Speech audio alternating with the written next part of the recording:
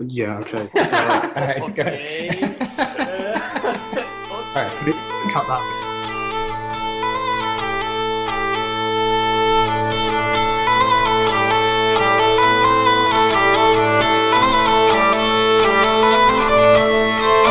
Hello, everybody, and welcome to the Hurdy Gurdy Cafe, an hour of interviews, music, and camaraderie. I'm Ryan, and I'll be your host along this crazy adventure through the land of the wheel fiddle. So strap in, and let's see what's cranking in the Hurdy Gurdy community today. Okay, welcome back, everyone, to the Hurdy Gurdy podcast. This is episode number 3, and today we've got Sergio Gonzalez. Hello. Hey, Sergio, and Scott Marshall joining us. Hello.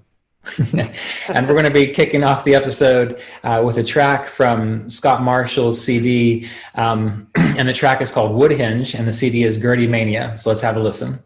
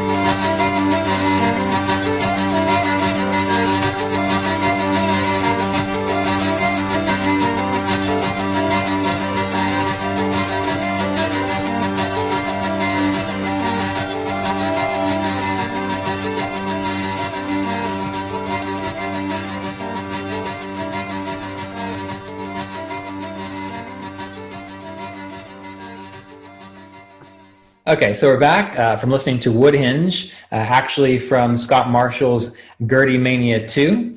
And today we're going to be talking with Scott about some interesting things. We're going to be discussing some differences in hurdy-gurdies, and then we're also going to be talking about Gurdy Mania. So welcome, Scott. It's great to have you. Hello. Great. So today you're going to speak with us about what? What's on your mind? Oh, God, I don't know. Well, I guess, we were just talking about just lots of different hurdy-gurdies and stuff like that, and the records that I made using sort of, multi-tracking different hurdy-gurdies and using effects pedals, that sort of thing. And I suppose kind of being a train spotter of hurdy-gurdies, Gurdy spotter. So, yeah. And so, Sergio, you'd mentioned the idea of kind of going through the evolution of hurdy-gurdies in a way. Yes, of course. I like so much having Scott here because he has tried like lots of the different hurdy-gurdies. So he has a big picture of the whole thing. So yes, I think it's interesting to talk about the evolution of the gurdies, right, during the years. Mm-hmm. Yeah. Where would you like to start us on this adventure, Scott? Well, I thought I've got a couple of hurdy-gurdies here, and like with the track that you just played, it was like a composite of different hurdy-gurdies. So the main rhythm parts were using a fairly modern hurdy-gurdy as the for the trumpet and for the sort of kind of what the rhythm guitar would do, and then I used a traditional hurdy-gurdy to come in and do the melody because it's got a higher voice and sort of sweeter sound. So I think one of my feelings about hurdy-gurdies is that there's no one hurdy-gurdy that does everything, and it's like, if you start mixing them up, you really do get like an orchestra of sounds, and it's really interesting. Mm-hmm. So I just thought, well, I've got a couple of gurdies here. One which was made by Sam Palmer in the late 1970s. It's a beautiful instrument, a luteback, and that's a sort of traditional hurdy-gurdy, 6 strings, no mod cons. It's all like proper job, traditional, like they were making them in the 1700s or 1800s. And I just thought I could just show you that, and also I could do a little bit of recording later. And yeah.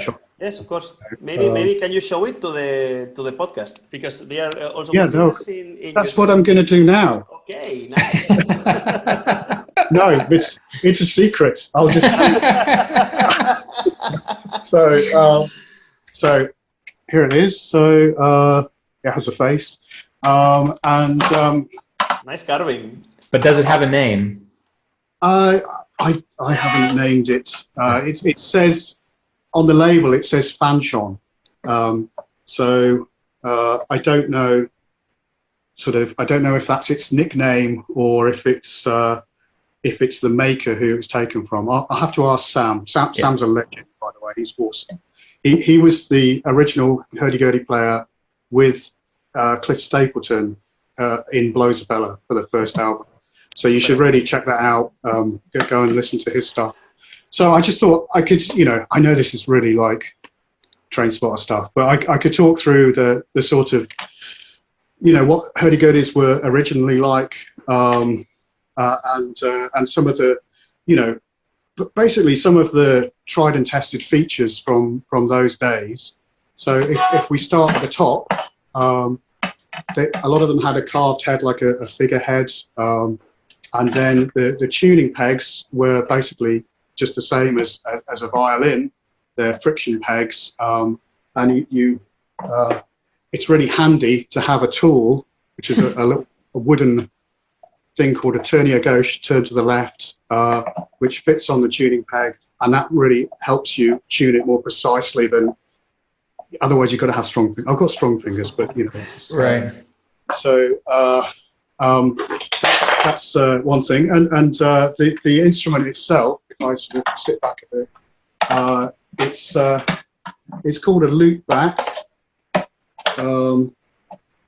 and you can see it's a bit like a lute guitar, and So it's got that kind of shape. And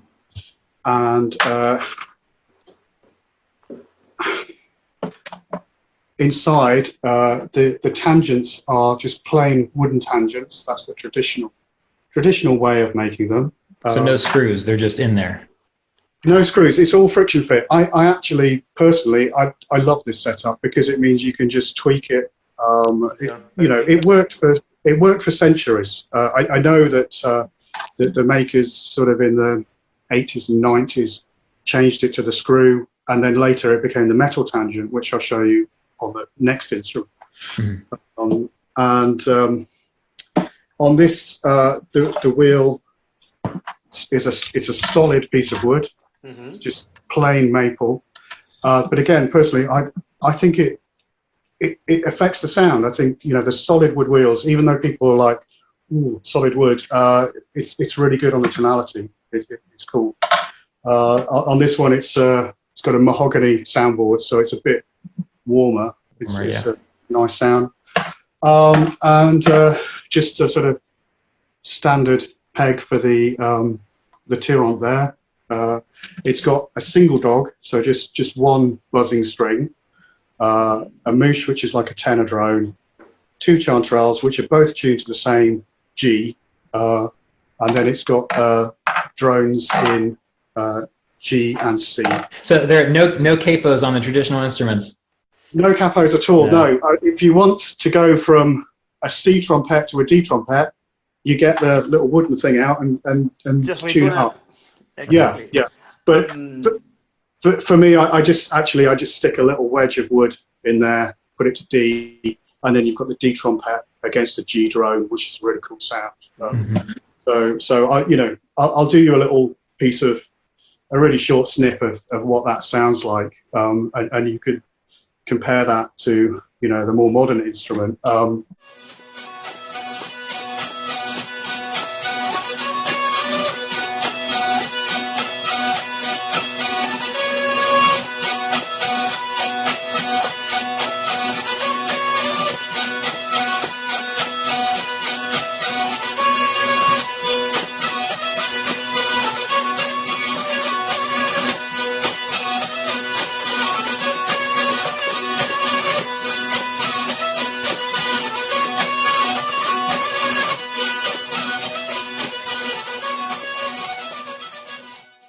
I don't know. It's an awesome gurdy, but so I guess what we were saying about the evolution of the gurdy was that this basically did people for a long time. Really up until we were saying the changes have more come in maybe, as far as I can see, in maybe the last 15, 20 years that the more modern additions have happened to instruments. Does that sound? The sympathetic strings, are they usually in tune or not? I think probably at the moment they're unsympathetic strings because they won't be tuned. I'm a bit of a scruff, I just tend to play it as it comes, kind of thing. I'll stick it in the nearest thing, and that's one thing I have. I need to replace a couple of the strings for the sympathetics. It needs a couple more. But they will probably be tuned to G and C, and they do really lift the sound, when you have them in. It's a lovely addition. So that's the kind of trad French style loopback. Okay. If someone's interested in traditional music, this is kind of, or traditional French music, I suppose, this is what they would lean towards. Yeah, I think so. And maybe even like the Baroque stuff, this is, I guess this would be like a Baroque style loopback.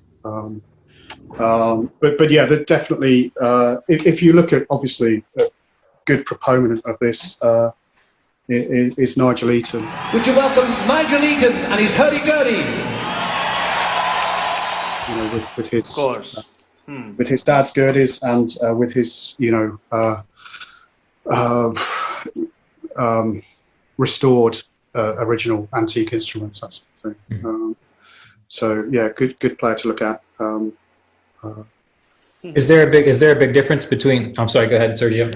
I was just going to ask Scott, how would you describe the traditional sound? Is there any adjectives, any words to describe that kind of sound? More nasal, a bit more. I think from my perspective, I would say it's almost the trumpet is quite sharp.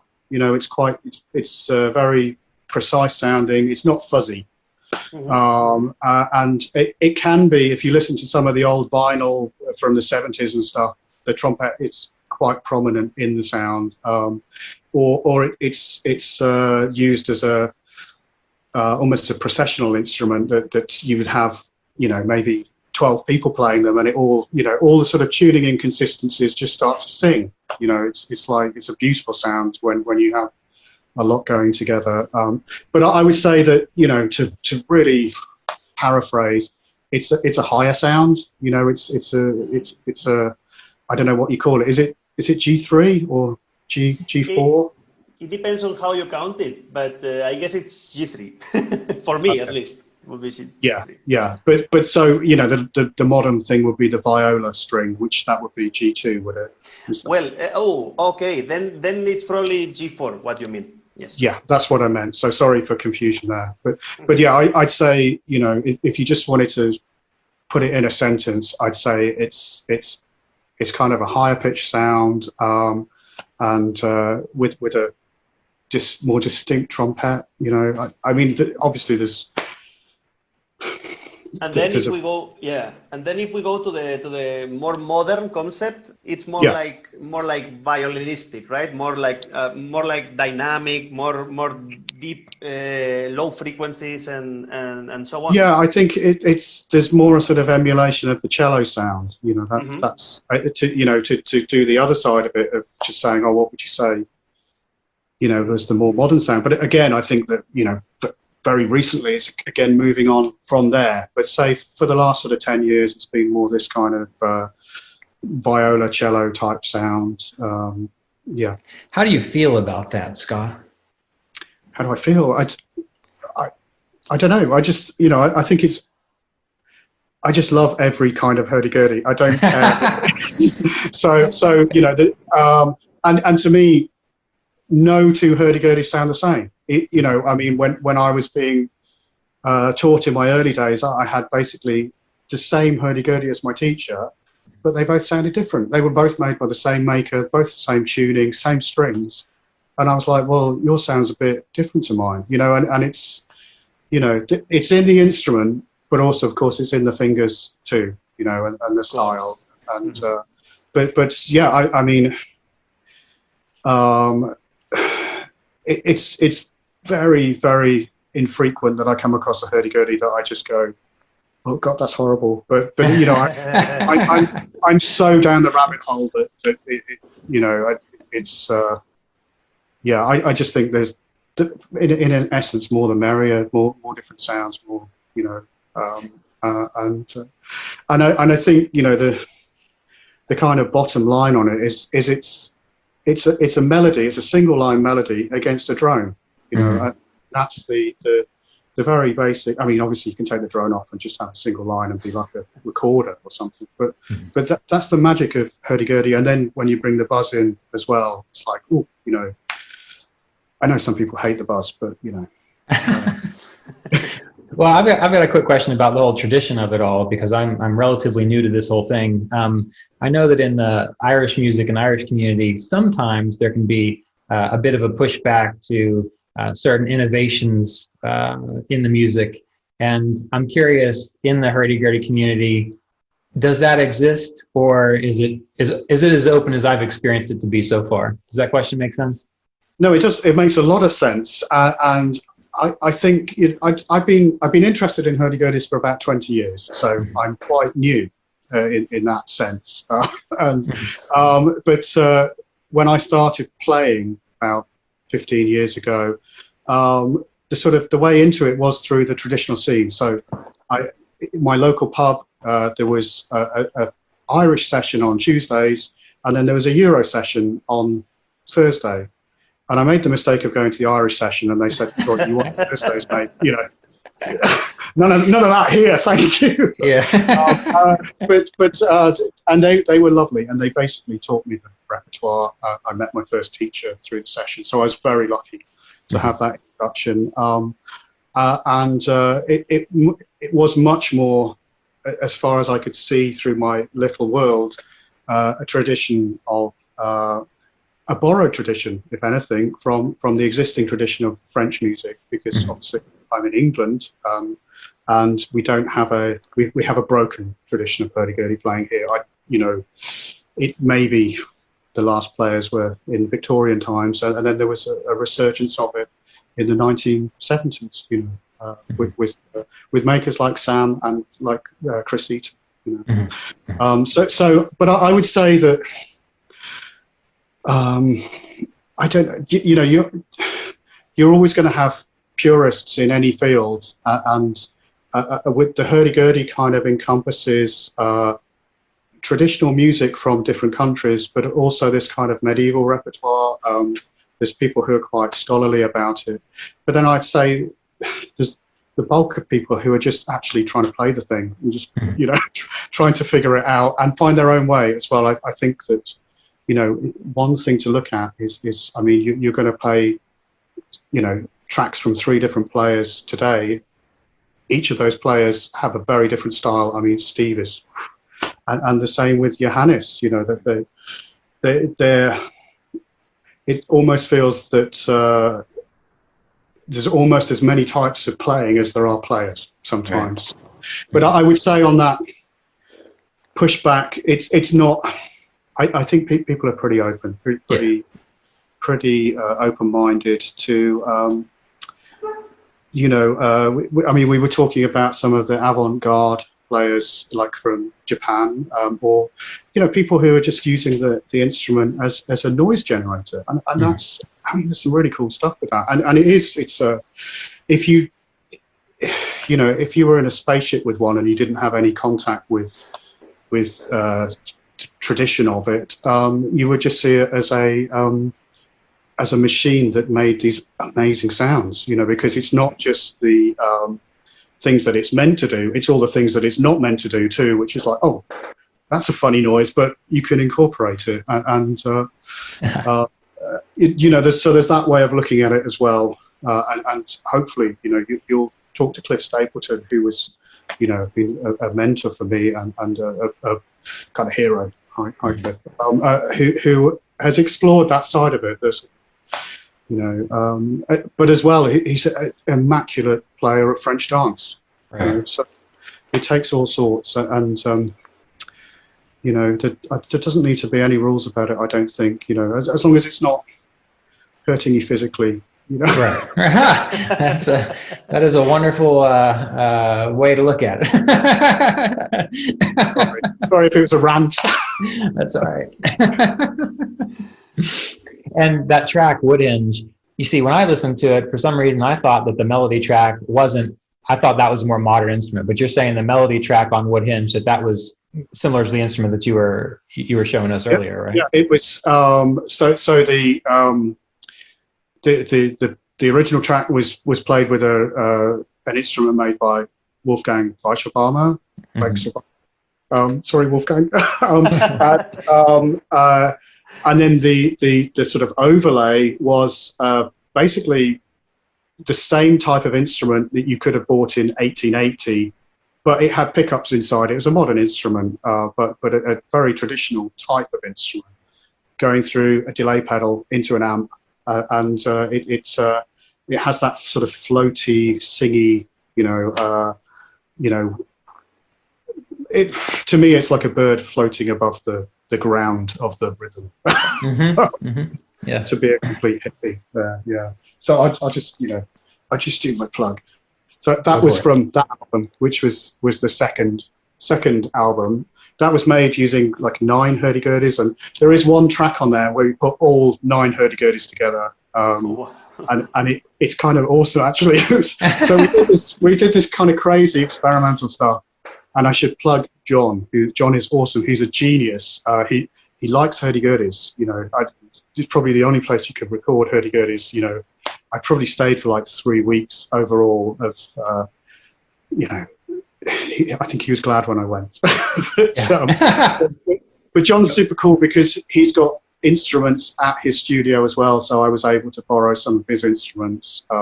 So that's Jon Loomes at Talking Cat Studios in Ripponden in Yorkshire. So we made this album, that was the first one, Gurdy Mania. I'll stop with the advert now. What it was that, so going back to that thing of the French session or the Eurodance session, and I would come and I'd turn up with these really quirky tunes that were like, they were sort of like a Scottish or sort of like a waltz, but they were a bit not, they're a bit quirky. And somebody said to me, Scott, when are you going to make a CD of all your stupid tunes? So that became the Gurdy Mania years later, after sort of being, pestered and asked for a tune book. And I was like, well, I can't read or write music. So we made the CDs instead. Right. And again, the way it kind of worked out was, I thought, I could just go and record all my tunes in a weekend. And it didn't work out like that. It was sort of over basically a period of almost a year, I think, for the first one.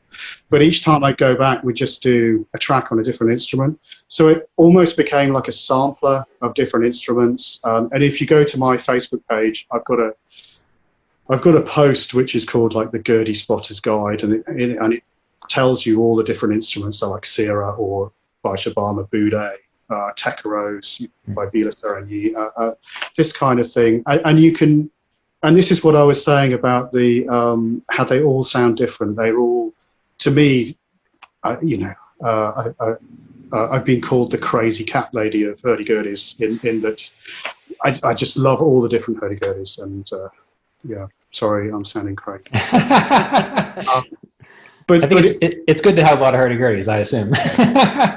Well, yeah, I think this was just kind of, we were kind of doing like experimental stuff, like Tubular Bells or like Pink Floyd or something, with the sound palette of it could only be Hurdy Gurdies. So there's nothing else on there. There's no singing. There's no percussion. You've got to be serious about Hurdy Gurdies.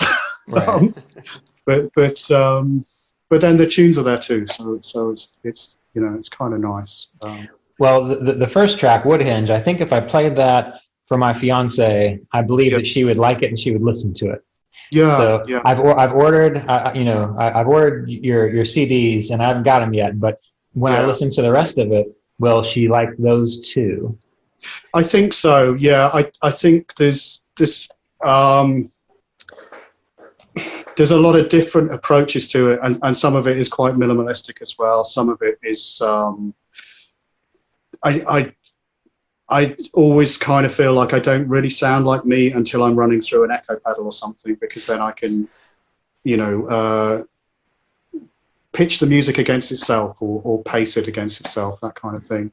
So I think, yeah, there's a lot of quite accessible stuff.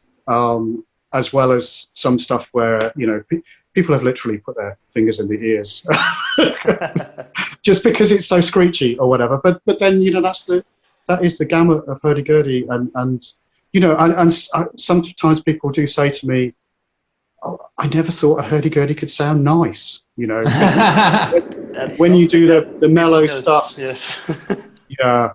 Sorry, I'm just ranting. Well, I don't know if I mentioned it yet in one of these podcasts, but the way I got into Hurdy Gurdy, I played Irish music a lot, and every time I wanted to get one, all the members in the Irish group would say, don't get a Hurdy Gurdy. You can't keep them in tune. They sound terrible. They buzz all the time. So I think there is a little bit of a stigma around we have the stigma. We talked about it on the first podcast, I think, right?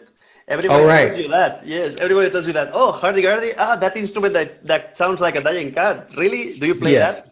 No. It actually sounds very good. Well, Sergio, Scott was talking about pedals, right? Using a lot of pedals. Yes. Do you use a lot of pedals in the stuff that you do? Not yet. But I really want to experiment with them. Once I tried this electro-harmonics. It's called the brand.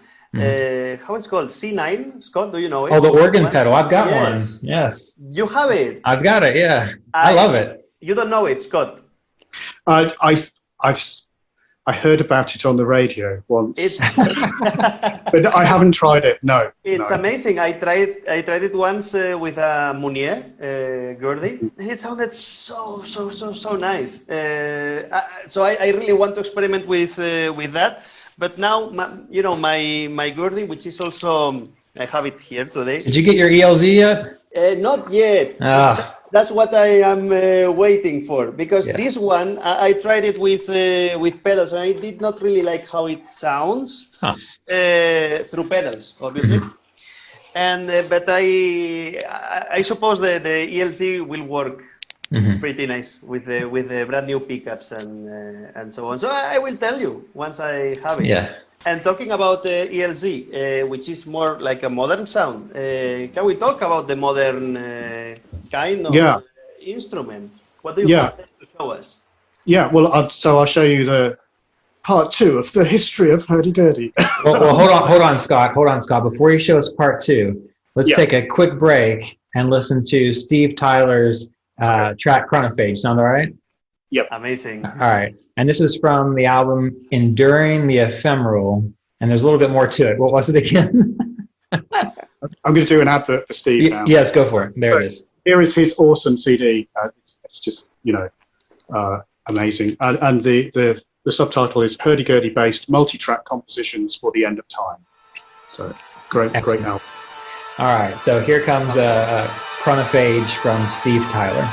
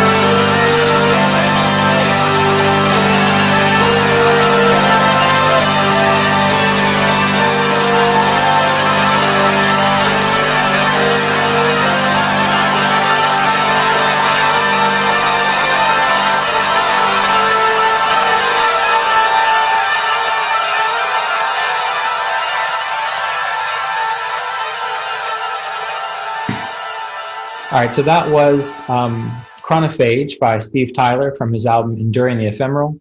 And we're back with Scott Marshall and Sergio Gonzalez. And now we're going to dive into the modern type of hurdy-gurdy. So what do you got for us, Scott? So this is, I guess, kind of my main instrument now, which I actually bought from Johannes from Symbio. So I got the plane over to Sweden last year and had a very lovely, quick, overnight trip back, to Stockholm and back, and that was kind of crazy. So this was made by Wolfgang Weischelbaumer, and so if we do the kind of same thing of how it differs from the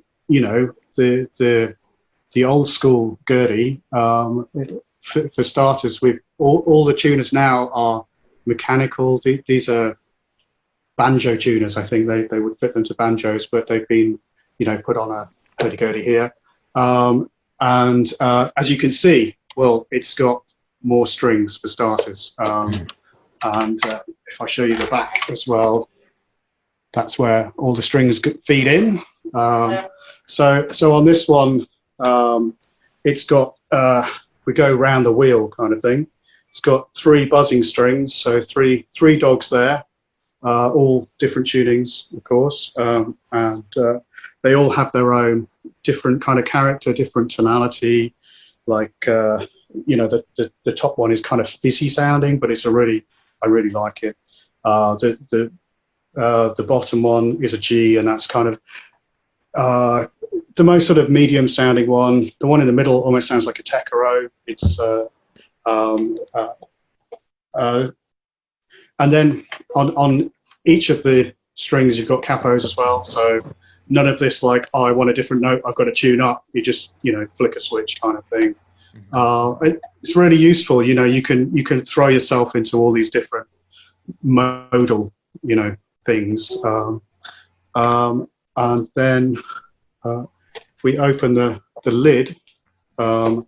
So instead of the trad wooden tangents, which were on the Sam Harmer, on this one, I don't know if you can see, but they're all little metal.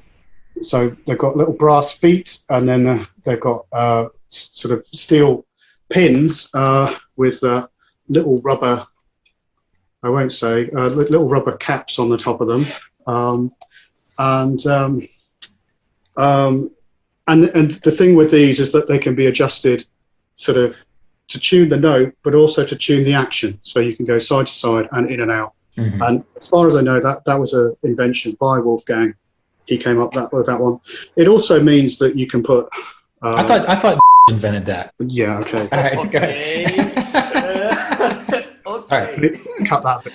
Yeah. I'm sorry. I couldn't help it. Yeah. With the metal tangents as well, it means that you can, in the same sort of space, you can put more chanters. So this one's got 3 chanters, and again, the difference from Sam's instrument is that the tuning is much lower, and I'll do you a little tuning demo, of the strings. But this one goes down so that it's got a low C, which is a real sort of cello-ish sound. In the middle, it's got a G string, which is an octave below the traditional G, and then it's got a high C, so I can do tuning. I can either tune these to D or C. The strings will take it, and I can do either octave tuning or basically do what I want with it. And the other thing is that the amount of keys is, whereas the previous instrument had 2 octaves, which again has done people for centuries, this has got 2.5. Other modern instruments will maybe even have 3 octaves. But it's really cool. What I found when I came to this instrument is, because I kind of came from a background of like folk rock and things like Steel I Span and Fairport Convention, these kinds of things, where on the normal hurdy-gurdy, I was like, yeah, but I need the other notes that are down below the nuts, whereas with this I can do it. I've got a bit more range, and also I can pitch it where I want as well. But what's the scale length on that compared to the one you showed us earlier? So this is longer. So this the other one is about a sort of 34 centimeter, which is, you know, fairly standard. This one is 42 centimeters, so 420 mil, which is longer. But somehow I really don't feel it under my fingers. There's some gurdies that I've played with longer scales where my fingers have hurt afterwards. You know, it'd be like the difference between from going to a guitar to a bass maybe, but this has got a great key box on it. And the thing is, I think because it came from Johannes, who is, you know, it was really set up fast on the key box. It was really great. And so just to carry on with the kind of things of it, it's got three drone strings, bourdons. The bottom drone is a low C. It sounds like a ship's foghorn or something. It's really, you know, it's cool. And then like with the pedals, we can whack that down another 2 octaves. It gets awesome.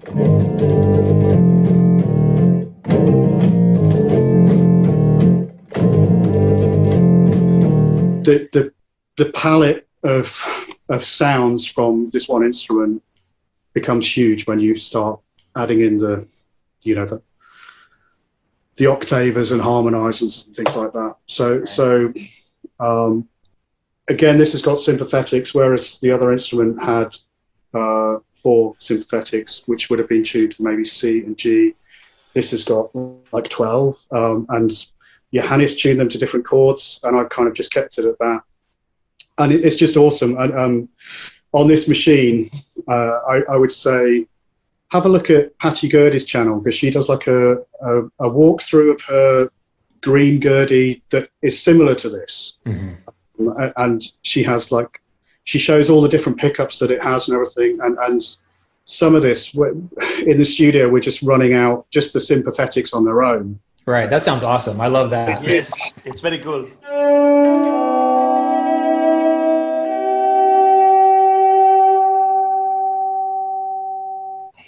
So I saw Patty's video and I thought, I want one of those. Yeah. so when Johannes put this on Hurdy Gurdy Marketplace, I was just like, hello. and yeah, you know, so that was pretty cool. But yeah, the sympathetic thing is a beautiful sound. And then the other innovation of this Hurdy Gurdy over the other is that you can drop the wheel. So you can tilt the wheel, which on this is a plastic, and now he's doing a different kind of spoked wheel, which is apparently amazing. But so if I take the wheel away,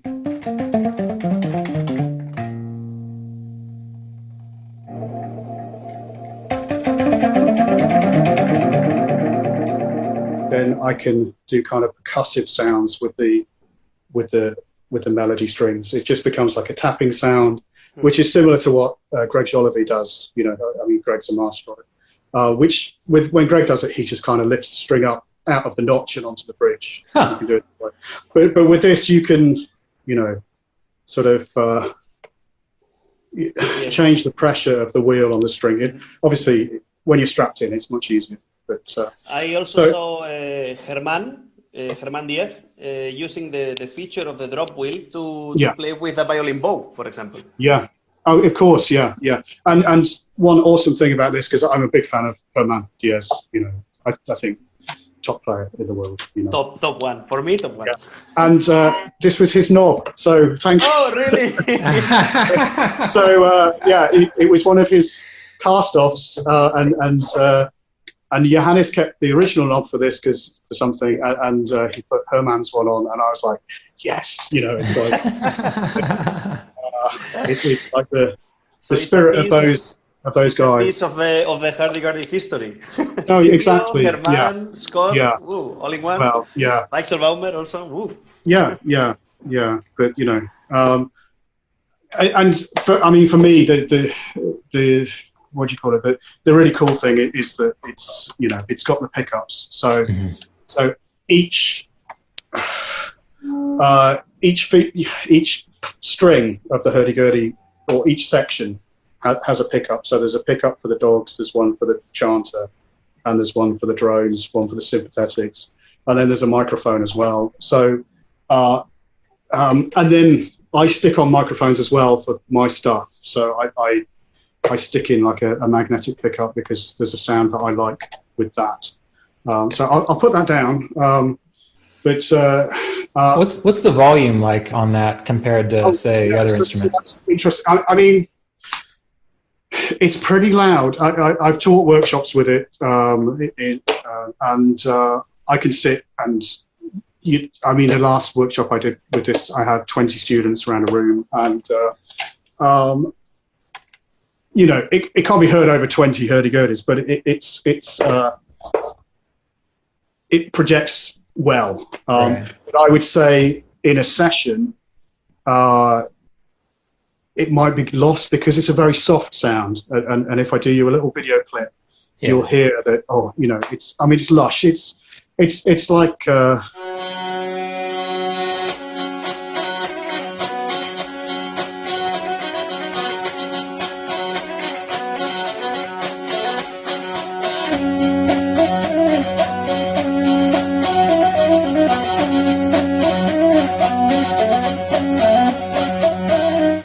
You know, people who are listening to the podcast and who are just getting into the hurdy-gurdy, I mean, that is a big range of difference. I mean, it almost seems like those are two different instruments. Yeah. So I don't know really what my question is, but if someone's just getting into it, number one, how would they decide which way to go? And can you even really get close to the second instrument, the Wolfgang's instrument, without necessarily jumping into those kinds of price ranges?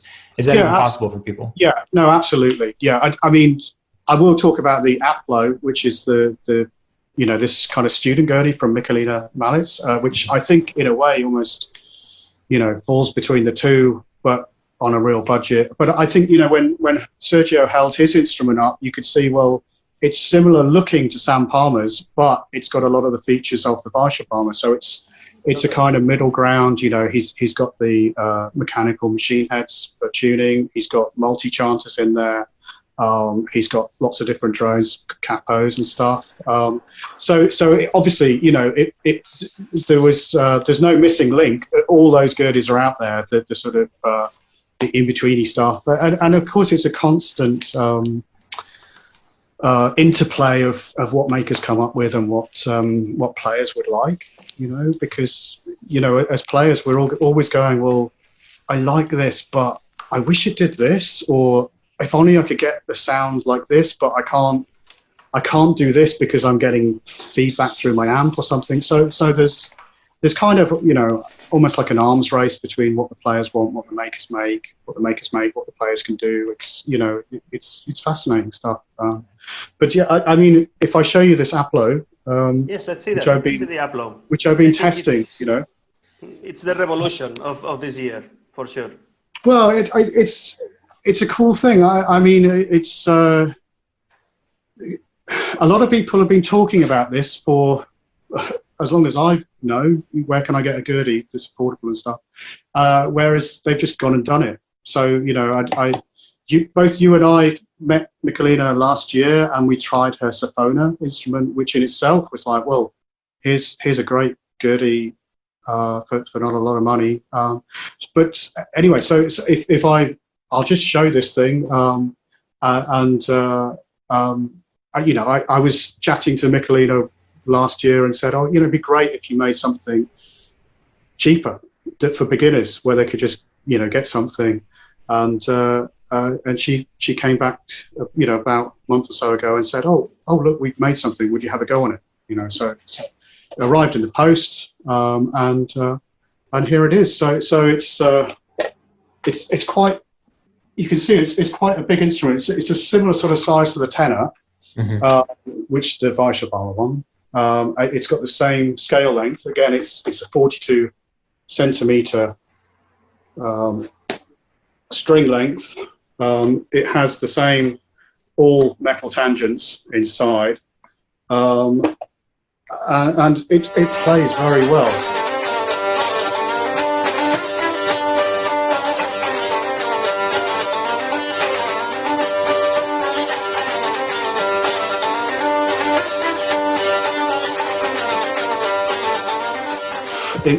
I think that they're almost making like the Ford motor car of Hurdy Gurdies. It's any color you want as long as it's black. And it's it's a standard thing. It's there's no customization. I think if you want to customize it, you could put stickers on it or whatever. What's the wheel made out of? Is that wood? The wheel is MDF, but it really works. It holds the rosin very well, and I would say I don't have any issues with it. Basically, it's just takes the rosin, works. It's true, and it's got that modern sound. In a not very expensive package. I've done some test videos of it, which are on my YouTube channel, which maybe you could link. That would be cool. Yeah, definitely. But I don't know. I don't want to go on about it, and I don't want to sound like an advert for it because I just said I'll try it out and I'll tell you what I think. And I had a couple of suggestions of what they might change, and they changed them immediately.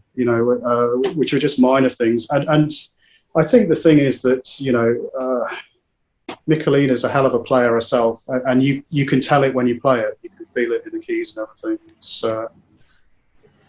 And it looks like is the body deeper? Is the body deeper than the other instruments, or is that just a trick of the eye? It looks like it's wider.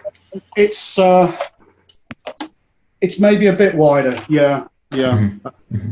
It looks big. It looks very big to me. Yeah. Is it comfortable to play though? Yeah, no, it's fine. Yeah, I think for the money, and I've been thinking about this over the last few weeks or whatever, thinking, well, it's totally cool for those kids who want to be, YouTuber gurdyists, bedroom gurdyists. It totally does that sound, and frankly, I've been doing different string changes on it, and I think, well, you could kind of bedroom record an album with it, it's for that sort of thing. So it's an interesting update anyway on this never-ending, where can I get a cheap hurdy-gurdy type thing, and we get that every day. yeah, and I think that their approach is that they're not going to do a waiting list, or basically they're going to make a batch of 10 every month. The next batch is the end of August this month, and you just add to cart, buy it. I think that there's other instruments in that kind of price range where we've got some reservations and stuff, and whereas this kind of feels like, well, it's good enough. It does the job, and because you've got 5 strings, you can do different. You've got different tonalities with it anyway. It's not just like, hey, it does this one sound. Which this kind of three strings do. That's interesting. That's very interesting because we normally recommended the 3 strings gurdies, but you are limited somehow, right? If you compare the experience of playing a 3 strings instrument with a 6 strings instrument, it's a lot of difference, right? Yeah, because you're either you're either stuck against that drone, which is like halfway up your key box, or you've got the drone, which is the same as your open string. Exactly. You have to make that choice with a 3 string, really. Or whereas more strings, you can have both. So I hope that sound like an advert, because. Well, that's all right. If it's a good instrument, we need to know about it. So that's why we're doing it. Yeah. But a quick question. So that's got 2 chanters, right? Yeah. I'm assuming those are tuned in unison. Is that? No. So it's supplied. It's got a low G. It's got a normal D or C. You can tune it C or D, and you can tune the drone to D or C to go with it. So it's got that. But again, if you look at my channel, I did lots of different swapping strings and stuff. So I tried a low C to really, modern Weischelbaumer type thing. But I actually found, I think the way it's supplied is great if you're learning how to play, if you're learning from records, because it gives you that ability to play a lot of stuff, say, in other like metal stuff or other folk stuff that isn't specifically hurdy-gurdy music. And so it's a good supply tuning, but I personally found it that when I put it in an octave tuning and I had a low G and a high G chanters, suddenly you could close your eyes and it's just like, yeah, no, that's a modern hurdy-gurdy. That's good as anything. And that's something I sent you some videos tonight, Sergio, and you basically thought the same. It's like, close your eyes and it's fine. You know, not that it's ugly to look at or anything. I don't mean like that. It's just like in a blind test, you'd be like, ooh, no. That's exactly what I told you, right, Scott? Like, if you close your eyes, you wouldn't tell it's 1,000 euros. No. And also, I think my thing about that was that this definitely would be heard in a workshop. You could definitely attend a workshop with this, or basically be in a band. That it would kind of do that. And I mean, the next thing I'm going to do is try sticking on some pickups. And I think that it's early days for Michelina and stuff on this model. It's just a prototype anyway. This version, and I think they might supply it with a pickup on it later or something. I don't know. I mean, I don't know. Well, it sounds like a good option for being able to play modern as well as I guess more traditional tunes too. Yeah. Good. Yeah, I think so. And one thing is it's got this longer scale, and what I find with the longer scale is that you're less likely to hit the wrong note because although the keys are bigger also, right? Although it's when you come to a soprano gurdy afterwards, soprano, like the very first instrument I showed, your fingers are, it's almost like a violin scale length. So this is longer, but the two kind of cool things with that, although you've got to stretch a bit more, is less likely to hit the wrong note. Also, it's a hell of a lot easier for the builder to get it in tune right at the top. So it does play, it's hitting the notes right up the top end. I mean, I'm not much of a top end player, as most people will tell you. I'm always like pretty lazy down here, but it does do that stuff, which of course is what you need for doing this kind of metal type gurdy stuff, I guess. Right. Well, Sergio, do you have any other questions or thoughts for Scott about this whole evolution of the gurdy?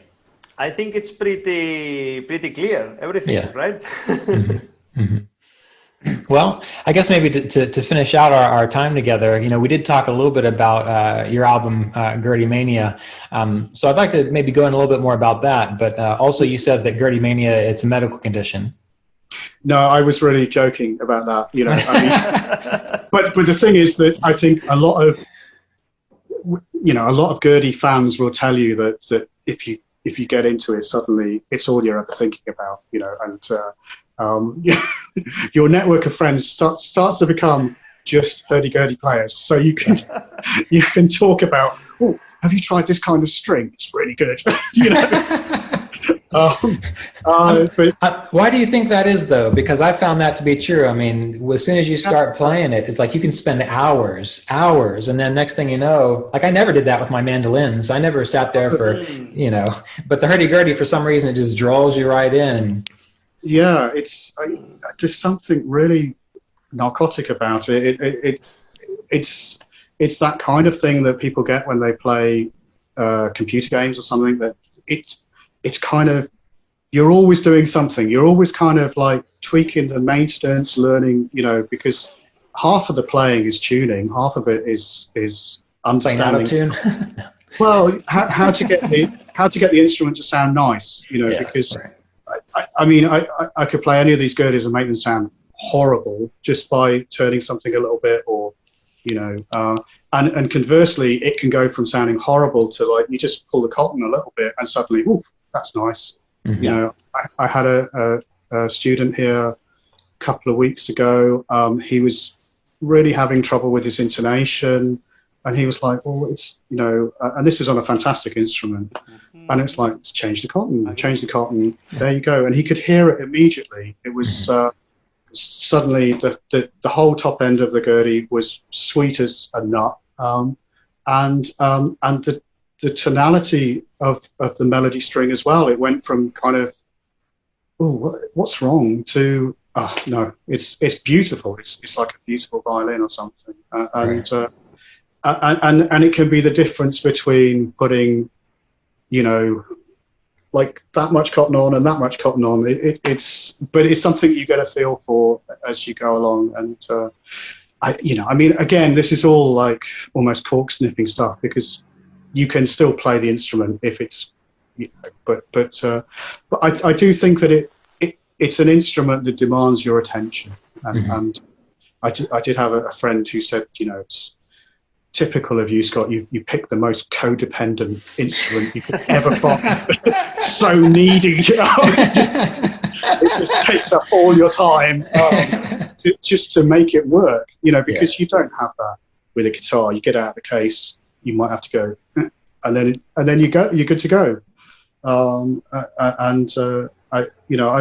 do find with the well-made hurdy-gurdies, they will hold their tuning and stuff like this. They're good, but you know, it's a lot of things, and you grow as a player and as a maintenance guy, you know, as your own roadie or whatever. But I think the thing is, it's such a niche, and it's almost like a cult, you know. And the thing is that I know we all kind of struggle to communicate a bit on social media, and you know, I might say, "Hey, Sergio," and Sergio's like, "Why is he saying that to me?" or something.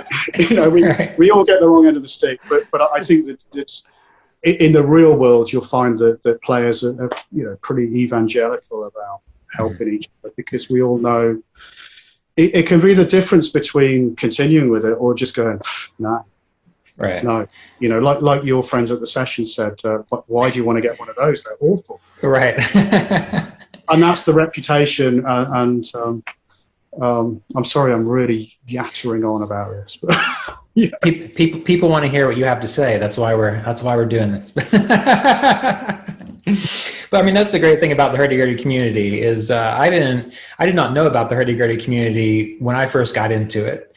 And after I learned from the hurdy-gurdy community, many things, just the amount of help that was there, even just over the internet, allowed me to kind of, like you said, learn how to tweak the cotton. I was layering the cotton on. I was just making like a little caterpillar on my string. And, you know, Neil Brooks said, less is more, just put barely enough on there. And I put just barely enough on there, and all of a sudden that string just turned into like almost singing like a violin. So the community itself is very helpful. So it's good to around. And again, you know, Neil is a fantastic maker, and I started with Neil. I lived in the next town to Neil, and I looked on the library computer and found, oh, hurdy-gurdy, and went on the bus to see Neil.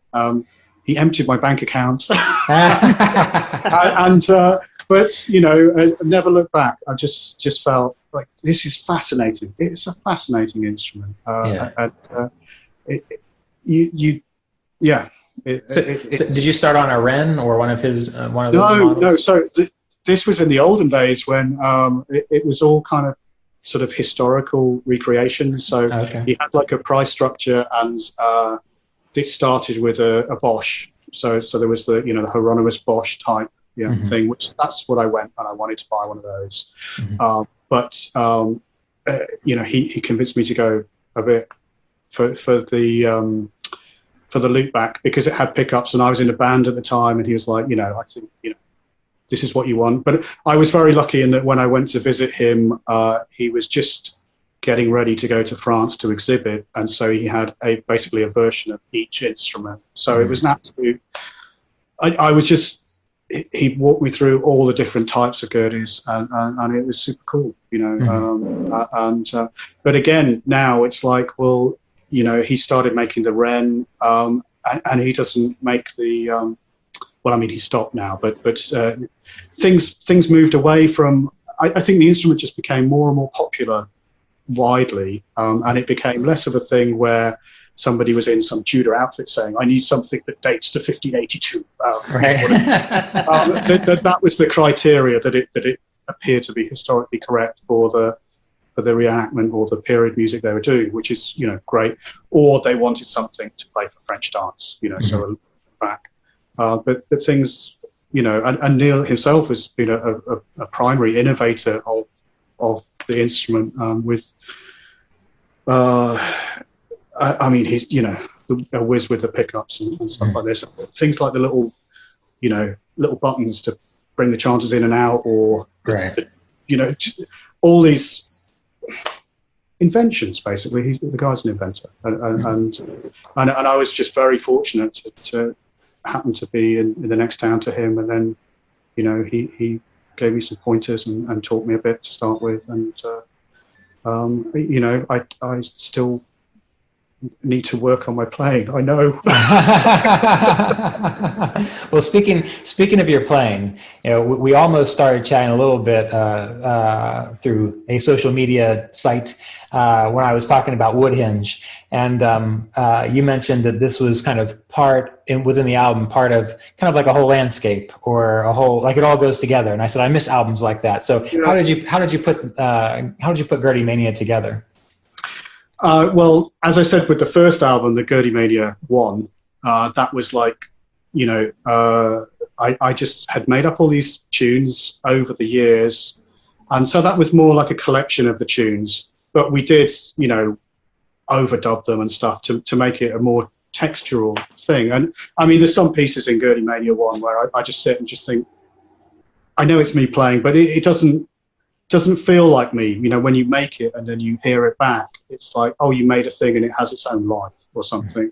And there's sections in that where I just think, oh, it's just awesome. This is just like amazing choral music or something, because we're throwing all these notes together in this soundscape of Gurdy sound. Sorry. But with the second one, with the one that Woodhinge was on, it was more of a concept album. So I got all my kind of tunes out of my system, and with that, it was about the stuff that I play when I just plug into an amp. I kind of almost switch my brain off and just start experimenting. And it will be like if I plug into a delay pedal or a looper, or a tape echo machine, awesome, or, you know, just some kind of guitar effects pedal that's got harmonizers on, and foot pedals that you can, you know, modulate, things like ring modulators, or all this kind of crazy stuff, whammy pedals too,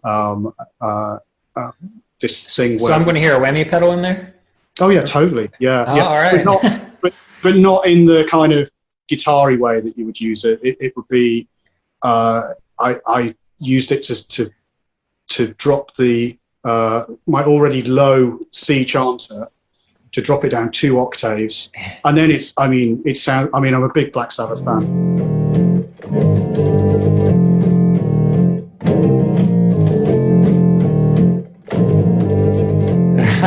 That's great.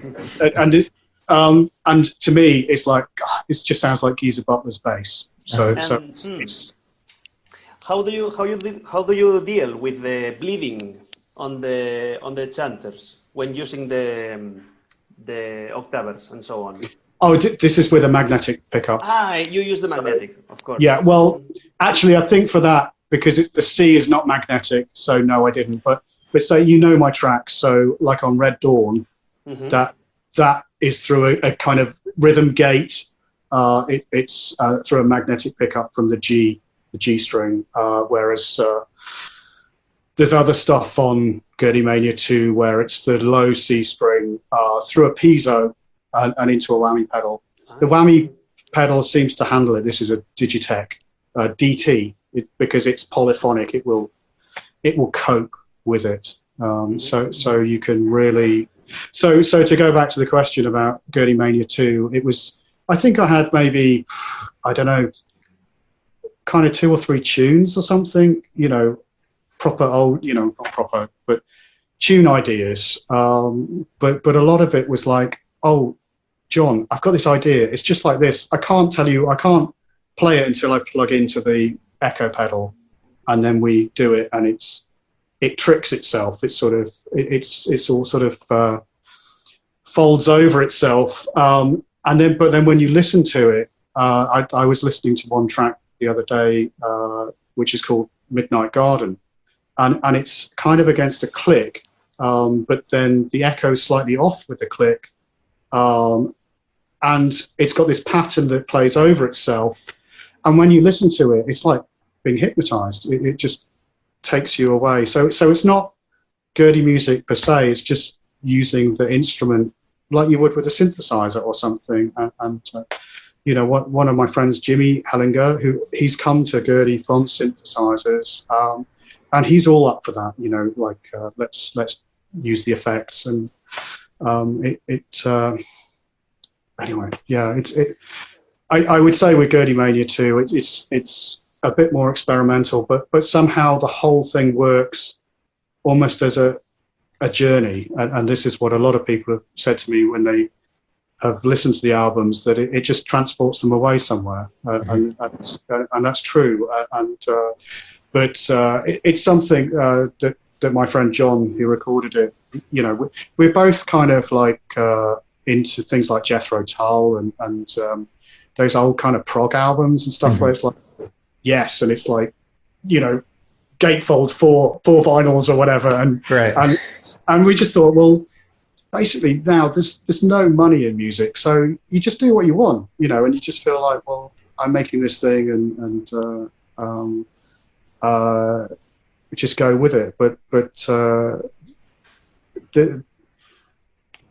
there's a definite sort of progression through the record of feelings, I guess, like an emotional journey with it and stuff. But this sounds awful. I don't know. I just sit and play Hurdy Gurdy, and John presses record and goes, and then we have a cup of tea and watch Star Trek.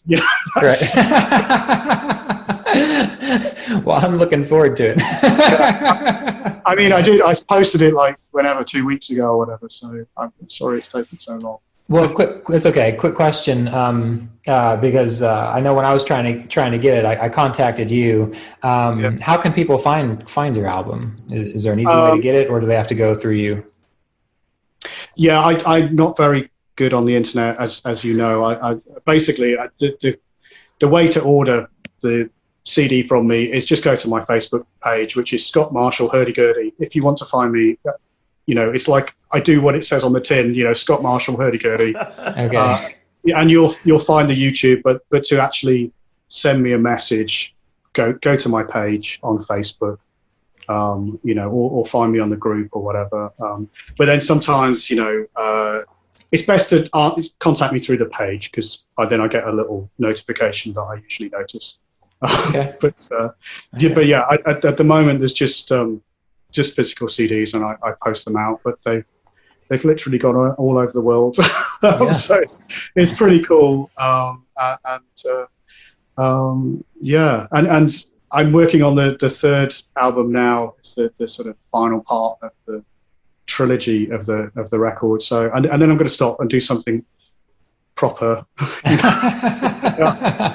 But it's there's 10 tracks down so far. Wow. It's pretty awesome, and we've given it the working title of Sympathetics for the Devil, because it's got so much of this, sympathetic strings through the magnetic pickups. Right. Which is a joke, but it's another kind of concept album, but it's kind of like the feel of it is this kind of folk horror thing crossed with sci-fi. So when I was a kid, I was a big Doctor Who fan, and it's got that kind of feel and those kind of sounds and stuff as well. So listening to you talk, what I find fascinating is you are you've been playing Hurdy Gurdy a while. Sergio's been playing Hurdy Gurdy a while. I'm pretty much brand new at it, but still, when I get out my multi-track recorder and I just like lay down a few interesting parts, even though they're not that good, I'm just relating to how you're coming across. I just sit back and I go, that is amazing. And it's not because I'm thinking to myself, I am an awesome hurdy-gurdy player. It's just because somehow that goes together. So, I mean, do you do that too, Sergio, or is this just? 100% yes. It feels the same here, and I'm not a great composer, so. Yeah, I mean, it's like the hurdy-gurdy has this capacity to just somehow you just layer a few things on it, and it is this magical whole other world. I think it inherently sounds awesome. I remember when I used to gig it in the bands and stuff. And we'd sound check and you'd just be turning the handle and it'd just be drones going through a PA. And people would be just like, because they never heard anything like it before. You don't hear it in normal life. You don't hear that all encompassing soup of drone, you know. And it's a bit like when people go to metal concerts or something and they say, you know, I feel it. You can feel the bass in your chest and stuff. I think it's something like that, you know, it's a special instrument. Well, it was banned at one point because they thought that you were putting spells on people with it. If I recall, I remember reading that somewhere, and I thought, well, I can see that. Yeah, we're totally doing that, you know, all the time. Enchanting people to our will. Right. Well, good. Well, that'll bring us close to our time. Do you have any other comments or thoughts for Scott, Sergio, before we wrap it up today? I think it's time to have a look on Symbio, right? Okay, yes. So we will be playing a track from Symbio, and this was written by the French hurdy-gurdy player, Gilles Chabenat. Gilles Chabenat. There it is. Yeah. So it was written by him, but this is played by Symbio. And if I got it right in our little break, Scott, you said this was actually played on the Gurdy you have. Is that right? If it's Johannes, yeah. So I bought his old hurdy gurdy. I got his hand-me-down hurdy gurdy. You know, I survive off, you know, other people's leavings. Well, this ties the whole podcast together. So let's hear from Symbio. And thank you so much for being here, Scott and Sergio. I love you both, and it's been a wonderful conversation. To have you here, Scott. Thank you. Okay, cool. Yeah. Yes.